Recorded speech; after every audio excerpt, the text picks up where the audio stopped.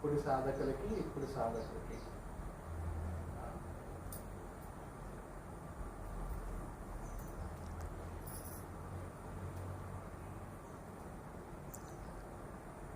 కృతయుగంలో ఉన్న వాళ్ళు వాళ్ళకు కోరికలు లేవు, కేవలము దైవత్వం కోసమే ప్రయత్నం చేసినారు. మిగతా దేనికి ప్రాధాన్యత ఇవ్వలే వాళ్ళు. జీవితంలో దైవత్వాన్ని పొందాలి అనే ధ్యేయం తప్ప వేరే ఉద్దేశాలు లేవు కృతయుగంలో. తర్వాత త్రేతాయుగం, కొద్దిగా మనస్సు అనేటువంటిది ప్రేరేపణ జరిగింది. అంటే కొంచెం కీర్తి, నాది కొంచెం స్టార్ట్ అయిందన్నమాట. అంటే డౌన్ అయినాడు. త్రేతాయుగం అయిపోయాక ద్వాపర యుగం వచ్చింది, ఇంకా దిగజారినాడు. కలియుగానికి 3 కాళ్ళు ఇరిగిపోయినాయి, 1 కాలు ఉంది. అంటే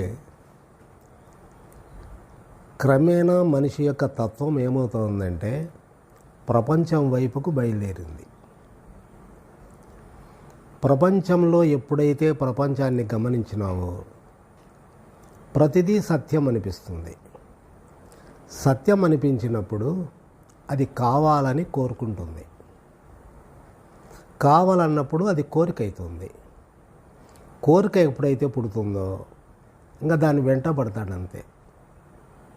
నీలో ఏ కోరిక అయితే పుడుతుందో ఇంకా అదే నీలో ఉంటుంది, దాని వెంట పడతావు. కాబట్టి ఇప్పుడు మానవుల పరిస్థితి, ప్రతి ఒక్కరు కూడాను ధనం, డబ్బు కావాలి. ఎందుకు డబ్బు కావాలి అని అంటే డబ్బు ఉంటే అన్ని పనులు అవుతాయి. కాబట్టి ధ్యానము దైవత్వం అంటున్నారు. అవి ఏం ఉపయోగం? అవి మనకేం సహాయం చేస్తాయి చెప్పు? ధనం అంటే మనం చూస్తున్నాం దాని యొక్క ఉపయోగాన్ని. ఇప్పుడు జబ్బు వచ్చింది, డాక్టర్ దగ్గరికి పోవాలా. ఇప్పుడు ఏ డాక్టర్ దగ్గరికి పోయినా 1000 అవుతున్నాయి. చిన్న జ్వరం వచ్చినా 1000 రూపాయలు బిల్లు చేయకుండా ఉండాడు, ఖచ్చితంగా 1000 రూపాయలు బిల్లు చేస్తాడు. కాబట్టి డబ్బు అవసరం కదా. దైవత్వం అంటే అది ఏం ఉపయోగం? ఏం చేస్తుంది అది? అప్పుడు అంటే లౌకికమైనటువంటి దృష్టి వచ్చేసిందనమాట. డబ్బు ఉంటే నాకు సుఖం ఉంది, ఆనందం ఉంటుంది అని. అందువల్ల డబ్బు మీద దృష్టి పోయింది. ఎప్పుడైతే నీలో కోరికలు పెరుగుతూ వస్తాయో ఆ కోరికల వెంట నువ్వు పోయే కొద్దీ నీవు శాంతికి, సంతోషానికి, తృప్తిగా ఉండడానికి, ఆత్మీయతకు, అనురాగానికి, ప్రేమకు అన్నిటికీ దూరం అయిపోతూ వస్తూ ఉంటావు. ఎవడైతే డబ్బుకు ప్రాధాన్యత ఇస్తాడో వాడు షావుకారు అవుతాడు. ఎందుకు షావుకారు అవుతాడంటే ఇతర ఆలోచనలు లేకుండా ఒకే ఆలోచన మీద ఒకే కోరిక ఉంటే అది నెరవేరడానికి అవకాశం ఉంది. ఎందుకంటే తపస్సు అంటే ఒకే దాని మీద చింతన చేయడం, ఒకే దాని మీద దృష్టి పెట్టడం. కాబట్టి దాని మీదనే దృష్టి పెట్టినప్పుడు వాడు దాన్ని అందుకుంటాడు. ఇప్పుడు వీడు డబ్బు మీదనే దృష్టి పెట్టినాడు.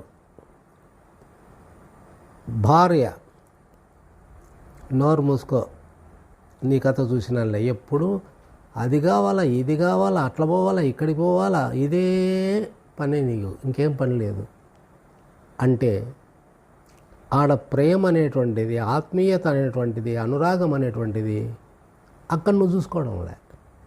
డబ్బు అంటే ఇతర దృష్టి నీలో ఉండదు. ఇప్పుడు వ్యాపారస్తుడు ప్రొద్దున్నే దేవునికి పూజ చేస్తాడు, గల్లపేట మీద ముందర కూర్చుంటాడు. ఏమి చింతన? నాకు ఈరోజు వ్యాపారం బాగా జరగాలి. వాని దృష్టి అంతా డబ్బు మీదనే ఉంటుంది, ఇంకా వేరే చింతన ఉండదు. ఒకవేళ కూతురే వచ్చింది, నాయనా నాకు చీరలు పెట్టాలి కదా, ఎప్పుడు పెడతామన్నది. చీరలు పెడితే డబ్బు ఖర్చు అవుతుంది కదా. అంటే అక్కడ కూతురు అనేటువంటి ప్రేమ, ఆ అనురాగం, ఆప్యాయత పనిచేయదు. ఫస్ట్ చీరలు పెడితే డబ్బు ఖర్చు అవుతుంది కదా. కాబట్టి అక్కడ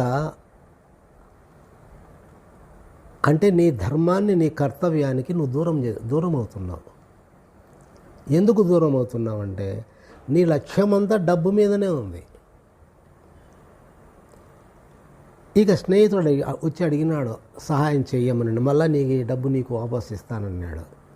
కానీ ఇస్తాడో లేదో నమ్మకం ఏమి? ఎందుకు ఇవ్వాలి?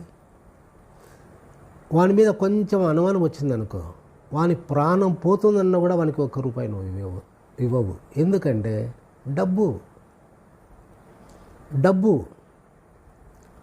డబ్బు మీదనే దృష్టి ఉన్నప్పుడు ఖచ్చితంగా డబ్బు సంపాదిస్తాడు. కానీ ఎంతవరకు సంపాదించాలా? డబ్బు సంపాదించాలా అనేటువంటి అభిప్రాయం ఉన్న వ్యక్తికి ఎంత సంపాదించాలనేటువంటిది ఫుల్ స్టాప్ లేదు. 10 కోట్లు టర్నోవర్ అయిందంటే నెక్స్ట్ ఇయర్ నాకు 20 కోట్లు టర్నోవర్ కావాలంటాడు వాడు. అంటే దృష్టి పెరిగిపోతూనే ఉంటుంది. ఇప్పుడు ప్రపంచంలో బిల్ గ్రేట్ గొప్పోడు అన్నాడు, వాడిని మించిన వాళ్ళు తయారైనారులే. వాడేమన్నా ఊరుకున్నాడా? ఇంకా సంపాదించాలి. ఎంతవరకు సంపాదించాలి అంటే అది ఒక పెద్ద తపస్సు అయిపోయిందన్నమాట. అంటే దేనికి ప్రాధాన్యత ఇవ్వకుండా దయ లేదు, కరుణ లేదు, పాపం పుణ్యం అనేది లేదు, ఆప్యాయత లేదు, అనురాగం లేదు, ప్రేమ లేదు, అన్నీ నశిస్తాండాయి. అది పెరుగుతుంది. ఖచ్చితంగా నీకు వస్తుంది. కానీ ఇక్కడ ఒకటి, డబ్బు ఉన్నవాడు ఎట్టి పరిస్థితులు దాన్ని ఖర్చు పెట్టడు. ఎందుకంటే మనసు ఎప్పుడు అయితే డబ్బు మీదనే దృష్టి ఉంటుందో దాన్ని పెంచుకోవడానికి ప్రయత్నం చేస్తాడే తప్ప, ఒక్క ₹5 తీసుకొని ఇస్తాము అని అంటే ఈ 5 ఉంటే ఇది నాకు ఇంకా లాభమే వస్తుంది కదా అనేది ఉంటుంది. కానీ తీసి ఇచ్చేది మాత్రం ఉండదు. అది కళ్ళ సాధ్యం కాదు. ఎందుకంటే అటువంటి మనస్తత్వం నీకు కలగదు. ఉదాహరణకి అన్నదానం చేస్తాడమయ్యా, ఏదో కొంత చందాయి అన్నాడు, ఇచ్చినాడు. ఈరోజు నాకు ₹1000 నష్టం వచ్చింది. దానం ఇచ్చినాడని అనుకోడు, నాకు ఈరోజు ₹1000 నష్టం వచ్చింది. కాబట్టి ఈ నష్టాన్ని ఎట్లా నేను పూడ్చుకోవాలా అనేటువంటి దాన్ని దృష్టి పెడతాడు. అంటే ఇచ్చినది నష్టం కిందే వస్తుంది, కానీ జీవితానికి ఇది సార్థకత, ఇది ఒక దానము, మంచి కార్యం చేసినటువంటి అభిప్రాయం మనకి పుట్టదు. నష్టము అనుకుంటాడు అంతే. ఇకపోతే నీకు ఎప్పుడు కూడాను ధనం వచ్చేదే నీకు కనపడుతూ ఉంటుంది, దాని మీదనే దృష్టి ఉంటుంది. కాబట్టి ఆ ధనము అక్రమంగా కావచ్చు, మోసం కావచ్చు, హత్య చేయొచ్చు, ఏ రకంగా అయినా జరగని నాకు డబ్బు కావాలి. ఇప్పుడుండేటువంటి పరిస్థితులలో ఒక్కటే మాట పెద్దలే చెప్తున్నారు, అరే నువ్వు ఏం చేసుకుంటానో నాకు అక్కర్లే, ముందు డబ్బు సంపాదించు అంటారా? అంటే నువ్వు ఏమైనా చెయ్యి, ఏమైనా చేయన్నప్పుడు వాడు సక్రమంగా ఆలోచన చేస్తాడా, సక్రమంగా సంపాదిస్తాడా? ఏమైనా చేయన్నాడు, ఏమైనా చేస్తాడు డబ్బు కోసం. కాబట్టి వానిలో ఉండేటువంటి లక్షణాలన్నీ ఏమైపోయినాయి, నాశనమవుతాయి. ఇప్పుడు వ్యాపారస్తుడు బాగా ఆలోచించండి, వాని కొడుకు వ్యాపారాన్ని గురించే ట్రైనింగ్ ఇస్తూ వస్తాడు. ఆ వ్యాపారానికి సంబంధించిన ట్రైనింగ్ ఇస్తూ ఎట్లా మోసం చేస్తే మనం ముందుకు వస్తాం ఆ ట్రిక్కులన్నీ నేర్పిస్తాడు. అంటే ఆయిల్లో అనవసరమైంది కలపడమా, బియ్యంలో రాలేయడమా, కలుషితం. నువ్వు ఏమన్నా చేసుకోరా, మనకు డబ్బు కావాలా అంతే. కాబట్టి వాని మనస్సు ఏమైపోతూ ఉంది, వక్ర మార్గంలో పోతూ ఉంది. వానికి సంతోషం ఎట్లుంటుంది, సుఖం ఎట్లుంటుంది, ఎట్లా వస్తుంది చెప్పు? ఎవరు ఏ వృత్తిలో ఉండారో తల్లిదండ్రులు ఆ వృత్తి మీదనే వాని దృష్టి పోయేటట్లు చేస్తాడు. పోకపోతే కొడతాండ్లరు, నా మాట వినడం లేదంటున్నాడు, నాకు శత్రువైనా అంటున్నాడు, ఎన్ని మాటలైనా మాట్లాడతాడు. అందువల్ల ప్రతి ఒక్కరి దృష్టి డబ్బు మీద పోయినప్పుడు ఈ ఆధ్యాత్మికము, శాంతి, ఆనందము, తృప్తి అనేటువంటిది ఎవరికి వస్తుందండి? నీ దృష్టి ఎక్కడుంది? ఎక్కడో ఉంది. కాబట్టి అది తగ్గితే ఆటోమేటిక్గా వస్తుంది. కాబట్టి కృతయుగంలో డబ్బు అనేదానికి వాడు ప్రాధాన్యత ఇవ్వలే. మన వంశప్రతిష్ఠ నిలబెట్టాల. మనల్ని అందరూ కూడాను మంచివాడు, ధర్మంగా, న్యాయంగా బతికినాడు అనిపించుకోవాలిరా. బతికినంత కాలము దానికోసం బతుకుదామురా అన్నారు. అంటే ఉత్తమమైనటువంటి లక్షణాలు, ఆశయాలతో జీవించినారు ముందు కాలంలో. ఇప్పుడంతా లౌకికము. ఒకరిని చూసి ఒకటి తయారవుతా ఉన్నాడు. వాస్తవంగా ఆడ మనిషి ఎట్లుండాల అంటే చీర, కుంకుమ బొట్టు, గాజులు, పువ్వులు, పసుపు చూస్తూనే నమస్కారం పెట్టేటువంటి మనస్సులో ఒక పూజ్యభావం అంటూ కలగాలి. ఇప్పుడు ఏం కలుగుతూ ఉంది? ఏ స్త్రీని చూసినా నీలో లేని కోరికలు పుడుతున్నాయి. ఎందుకు పుడుతున్నాయి అంటే వాళ్ళ యొక్క వేషధారణ, వారి యొక్క ప్రవర్తన మనల్ని రెచ్చగొడుతున్నాయి అన్నమాట. ఈ రెచ్చగొడుతున్నందువల్ల 10 మంది నా ఎంట పడితే నేను గొప్ప అనుకుంటున్నారు. నీకు బాయ్ ఫ్రెండ్ లేడా? నాకు 5 మంది, నాకు 10 మంది అంటే గ్రేట్. ఎంతమంది బాయ్ ఫ్రెండ్స్ ఉంటే అంత గ్రేట్ అన్నమాట. లేకపోతే నిరుత్సాహం, నిస్పృహ, నేను ఎక్కడ పనికిరాను, నన్ను మాట్లాడిచ్చేటోళ్ళే లేరు అనే పరిస్థితికి దారి తీస్తుందంటే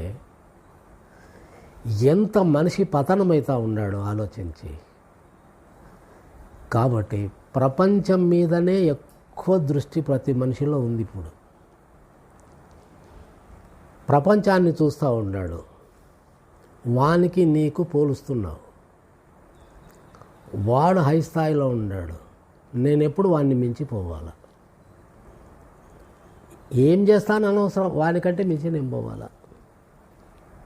కాబట్టి ప్రతి విషయంలో కూడాను ఆలోచనలోను, వ్యవహారంలోను, నిర్ణయంలోను, ప్రవర్తనలోను అన్నీ కూడాను కలుషితము, అధర్మము, అన్యాయం తయారైపోయింది. ఎందుకంటే దాన్నే స్వార్థము అన్నారు. అంటే నేను బాగుండాలి, నేను బాగుండాలి. ఆ బాగుండడం అనేటువంటిది నా మనస్సులో ఏది పడుతుందో అవన్నీ నా దగ్గర ఉండాలి, అవన్నీ నాకు కావాలంతే. ఎవడు ఎంతన్నా బాధపడని, ఎవరన్నా దూరం కానీ ఏం వీళ్ళంతా శాశ్వతంగా ఉంటారా? మధ్యలో వచ్చినారు పోతారంటారు. కానీ ఇదే పూర్వకాలంలో ఆత్మీయత, అనురాగం అనేటువంటిది ఉమ్మడి కుటుంబాలు, ఒక్కొక్కరి ఇళ్ళల్లో 40 మంది, 50 మంది, 60 మంది ఉండేవాళ్ళు మా చిన్నతనంలో. ఇప్పుడు తాళి కట్టడంలోనే ముందే ఖరారు, పెళ్ళి అయితేనేమో కడగాకోవాలి, అట్లయితేనే పెళ్లి చేసుకుంటా, లేకుంటే. ఎందుకు ఆ మాట వస్తుందంటే స్వార్థం పెరిగిపోతూ ఉంది. మన ఇద్దరమే బాగుండాలి, ఎవడెట్లా వస్తే నాకేమి, మనకేం పట్టింది అనేటువంటిది. నీ యొక్క సుఖాన్ని, నిన్ను గురించే నువ్వు ఆలోచిస్తూ పోతున్నావు. అందువల్ల మంచివాడు, మంచి మాట అనేటువంటిది కరువు అయిపోతుందండి ప్రపంచంలో. మంచి మాట చెప్పాలంటే గురువులు లెక్క తీసుకుంటున్నారు. మా చిన్నతనంలో ఈ ఊర్లో ఎక్కడన్నా ఇల్లు ఖాళీగా ఉందా అని అంటే, అదిగో ఆ వీధిలో అక్కడ ఖాళీగా ఉంది, పోయి చేరు అన్నారు. ఇప్పుడు ఎక్కడన్నా రూమ్ ఖాళీగా ఉందా, నువ్వు ఎంత కమిషన్ ఇస్తావు? ఎంత కమిషన్ ఇస్తావు? నేను ఫ్లాట్ కొనాలా, ఇదిగో నీ ఇష్టం వచ్చినట్టు కొను. వాడే పిలుచుకుపోయి ఓనర్తో మాట్లాడించి ఏర్పాటు చేసి ఏదన్నా ఇస్తే, వద్దురా నాయన, సేవ చేయడం నా ధర్మము, నేను ఇంత చిన్న పనికి లెక్క తీసుకోవడం ఏందిరా, నేనేం కష్టం చేసినా అన్నవాడు ఇప్పుడు ఎక్కడికి దారి తీసింది చెప్పండి? ప్రతి విషయంలో కూడాను ఇదే. నేను చెక్ రిపబ్లిక్ పోయినా, భోంచేస్తాను, వాళ్ళమ్మ గ్లాస్తో నీళ్ళు ఇచ్చింది వానికి, కొడుక్కు. థ్యాంక్స్ అనే.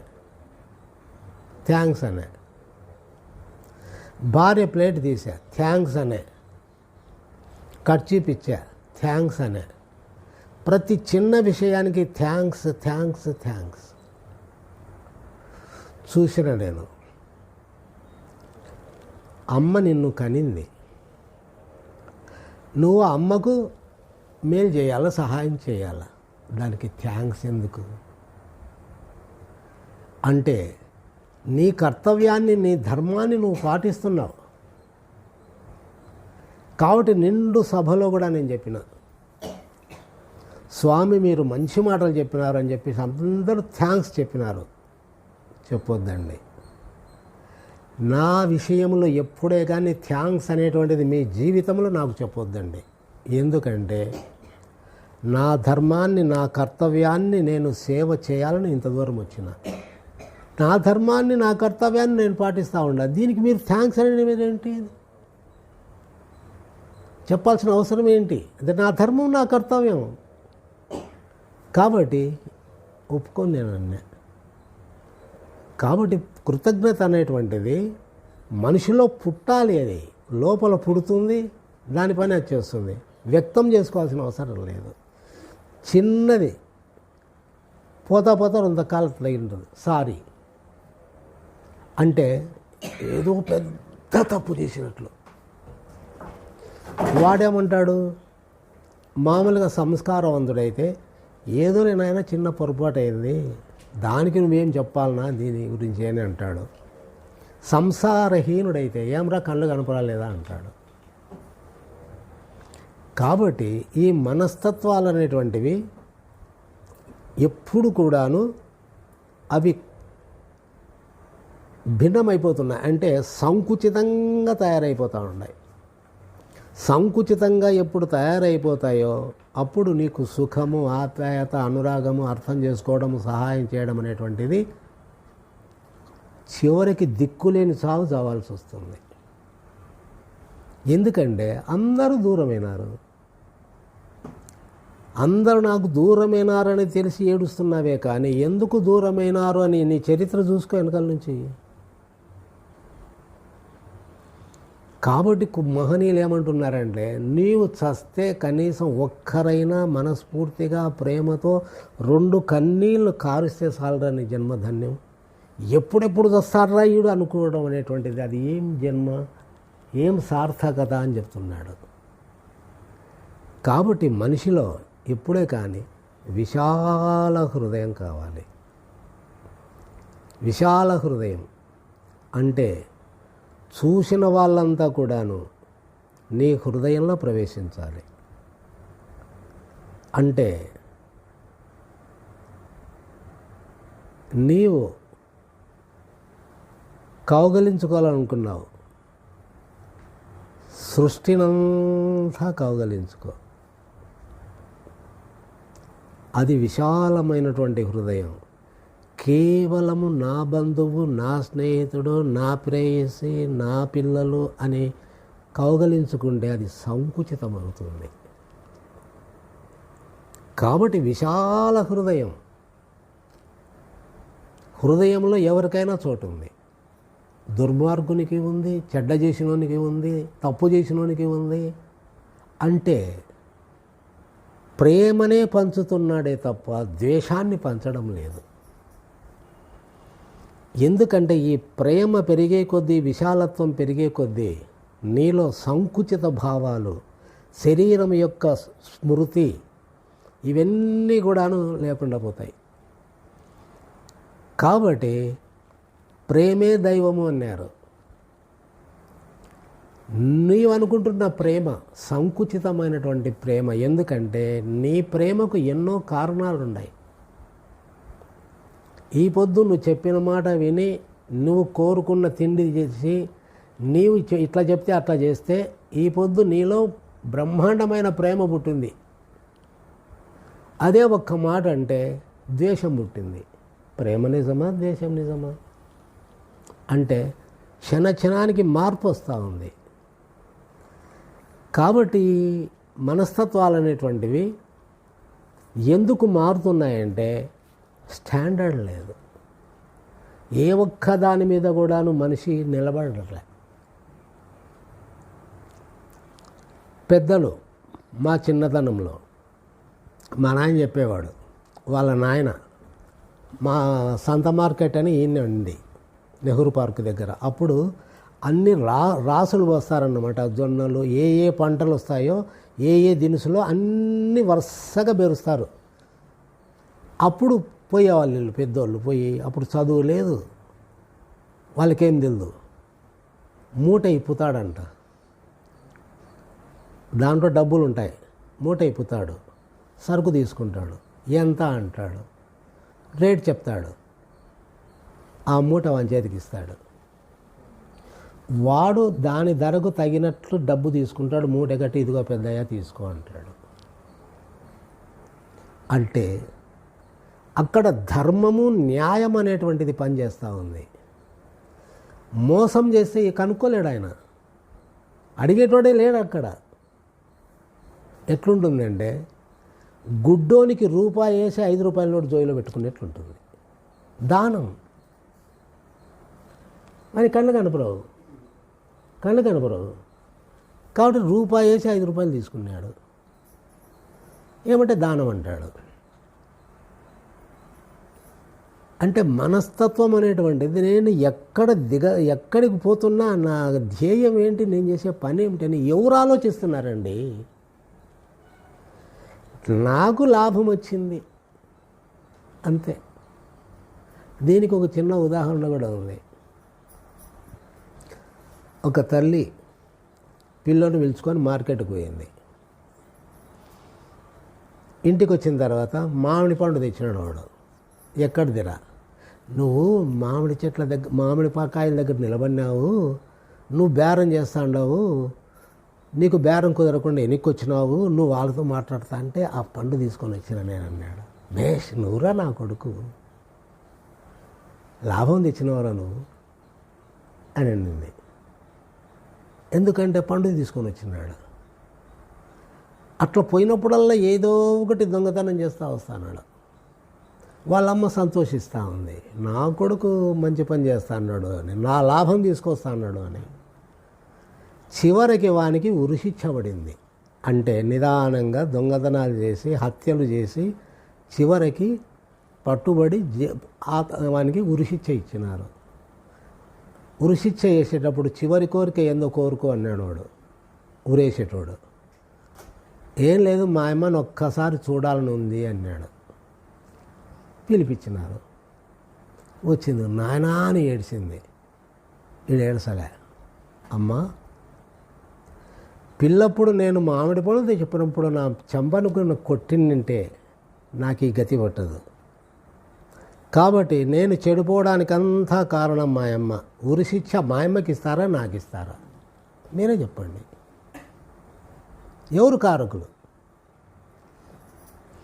కాబట్టి ఈ పరిస్థితి ఎక్కడికి దారి తీస్తూ ఉందంటే ఎంతకైనా పోతుంది ఇంకా. ఎందుకంటే ఒకటి అలవాటు కిందికి వచ్చిందంటే అయిపోయింది. ఇంకా ఏదైనా ఒక చెడ్డది అని నీకు అనిపించి, చెడ్డదని నీకు ఏదైతే అనిపిస్తుందో అది ఎల్లప్పుడూ నీ వెంట ఉందంటే ఆటోమేటిక్గా చెడ్డే. అప్పుడు చెడ్డనే ఆకర్షిస్తుంది నిన్ను, మంచి ఆకర్షించదు. చాడులు చెప్పేది నీకు అలవాటైంది.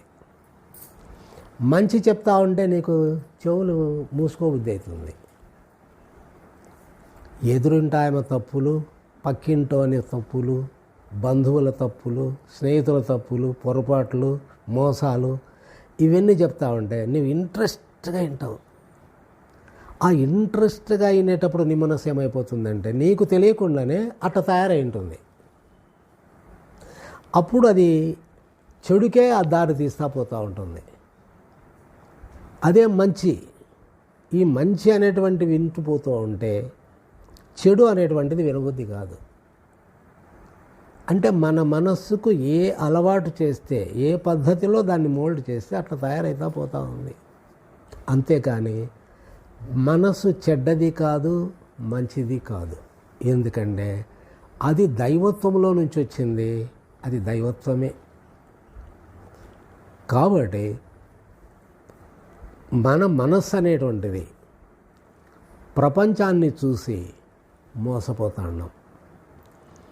ప్రపంచం అనేటువంటిది మనకు దైవత్వం ఇచ్చేది ప్రపంచంలో ఏదీ లేదు.